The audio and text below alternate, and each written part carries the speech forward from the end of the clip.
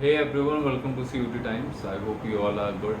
बहुत ज़्यादा दिन हो गए हैं, लगभग 15 दिन के आसपास हो गए जब लास्ट वीडियो डाली गई थी, और उसकी वजह से शायद एल्गोरिदम भी इफेक्ट हो गया है कि पहले 20,000 30,000 व्यूज़ आ रहे थे, अब बहुत कम आए हैं।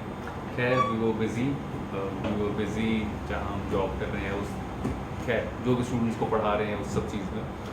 लेकिन अभी ये जो अपडेट वाला पूरा सीन जो चल रहा था CUT 2023 के लिए, वो ख़त्म हो चुका है। इसके बाद अब कोई अपडेट्स नहीं है। ये भी लास्ट अपडेट वीडियो है कि ना इसके बाद ज़रूरत है CUT 2023 के स्टूडेंट्स को किसी अपडेट की, और ना ही कोई अपडेट बनाने की ज़बरदस्ती हमें ज़रूरत है कि उस फालतू में बनाया जाए।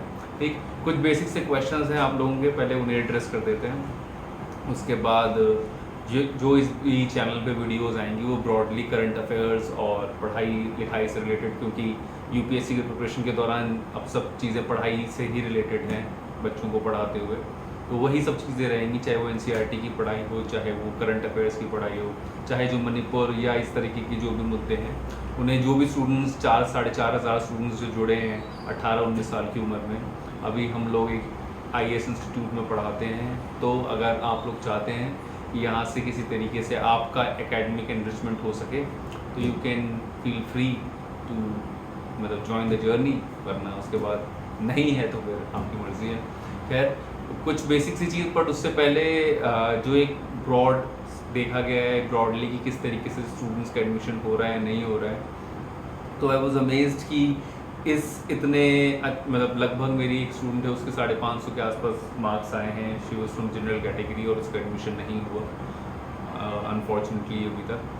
और कुछ स्टूडेंट्स ऐसे थे जिन्होंने थोड़ी सी प्रेफरेंसेस को बहुत स्मार्टली पढ़ा। जैसे एक स्टूडेंट था, उसके 700 के आसपास आए, उसने फर्स्ट प्रेफरेंस पे ARSD को रखा, आत्माराम कॉलेज। मैं लगातार बोल रहा था कि आत्माराम और वेंकी नॉर्थ कैंपस का वो जो ज़बरदस्ती का बुत बना रखा है उसके ऊपर उठो, और एक अच्छा कॉलेज अपने अच्छे फैकल्टी, अपने स्टूडेंट्स और इन सबसे माहौल से बनता है। तो खैर उसने वो भरा और उसको पहले अटेम्प्ट मिल गया। बहुत सारे लोगों ने नॉर्थ कैंपस के अच्छे कॉलेजेस रखे 700 पे, हिंदू, सेंट स्टीफन्स जो कि नहीं मिलना था, जो कि नहीं मिला, इवेंचुअली साउथ कैंपस में आना पड़ा। खैर वो भी बुरा नहीं है, वो भी बहुत अच्छा है। इसमें कुछ ऐसा करने की ज़रूरत नहीं कि नॉर्थ कैंपस नहीं मिला और साउथ कैंपस मिल गया। दोनों ही कॉलेजेस बहुत अच्छे हैं। इवेंचुअली वही मैटर करेगा, आप चाहे स्टीफन से पढ़ो, चाहे मोतीलाल नेहरू से पढ़ो, चाहे औरबिंदो से पढ़ो।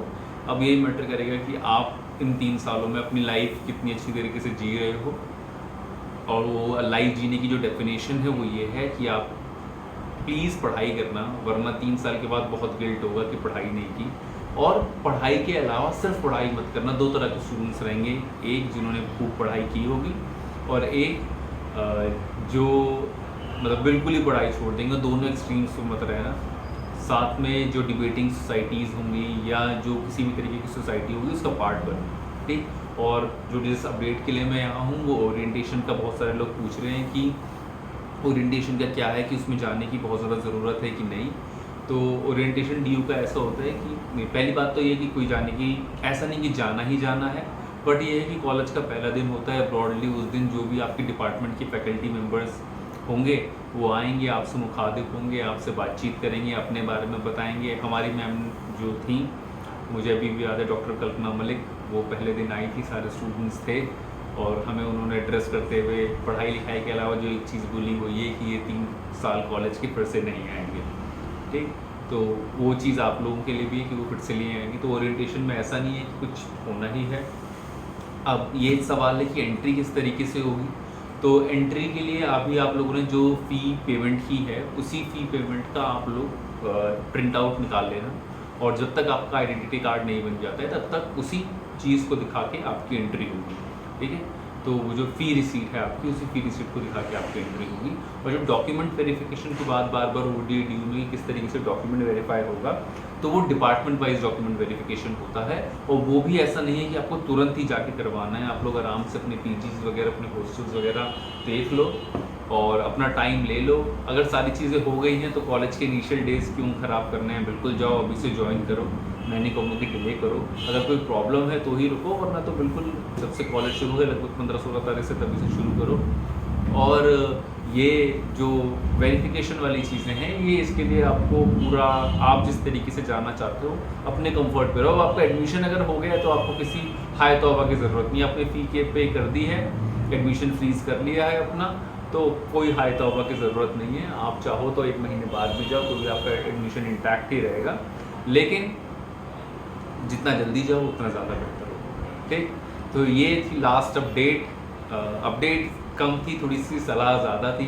जिन स्टूडेंट्स का एडमिशन हो गया है उनको बहुत बहुत मुबारक, जिनका नहीं हो पाया है उनके लिए यही कि बहुत सारे बच्चे जिन्होंने 500 550 स्कोर किए उनका भी नहीं हुआ है, और वो किसी से भी कम नहीं है। मैं जानता हूँ उन स्टूडेंट्स को जिनका IQ लेवल, जिनका समझने की शक्ति, जो मतलब हर मामले में उन्हीं के बराबर थे, जिन्होंने 725 750 स्कोर किया है। बस कुछ चीज़ें जो वर्क नहीं करती एग्ज़ाम मोमेंट पे या उससे कुछ दिन पहले, और वो यहाँ पे इतना डिफ्रेंशिएशन हो जाता है मार्क्स का, और इवेंचुअली ऐसा होता है कि एडमिशन हुआ या नहीं हुआ। बट उसके अलावा भी बहुत सारे स्टूडेंट्स हैं, जैसे मेरा एक स्टूडेंट है उसका कम मार्क्स हैं, लेकिन अभी उसका जैसे उसने CUT में हम लोगों ने कहा था कि जितनी ज़्यादा यूनिवर्सिटीज़ हो सके उतनी भरो, क्योंकि CUT के बाद ब्रॉडली यही है कि DU होता रहता है, पर DU ये सेंट्रल यूनिवर्सिटी के एग्जामिनेशंस के लिए है। तो अब किसी का अगर हेमवती नंदन बहुगुणा में हो रहा है, ठीक, और या किसी का किसी ऐसे इंस्टीट्यूट में हो रहा है, तो we will not propagate this कि अरे DU ही जाओ। अगर आपको लगता है कि आपके डायनेमिक्स के हिसाब से, आपकी इकोनॉमिक सिचुएशन के हिसाब से आप किसी अपने घर के आसपास की अच्छी यूनिवर्सिटी में एडमिशन आपको मिल रहा है, तो आप उसमें बिल्कुल रहो, बिल्कुल लो एडमिशन। ठीक, बाकी ठीक है, ये लास्ट वीडियो है, लास्ट अपडेट वीडियो है। जो 4000 लोग 2 महीने में इतनी जल्दी आप लोगों ने चैनल को मोनेटाइज कराने में हेल्प की, उसके लिए बहुत बहुत शुक्रिया।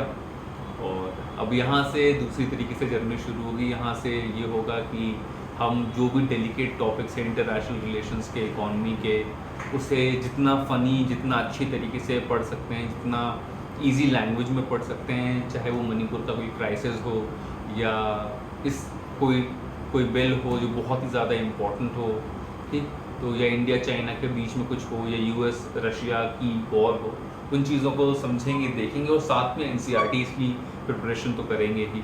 ठीक है, तो मिलते हैं आगे की वीडियोस में, जहाँ हम पढ़ाई लिखाई और इस सब की बात करेंगे। We are done with all the update videos. Take care very much and will meet you soon. Bye bye.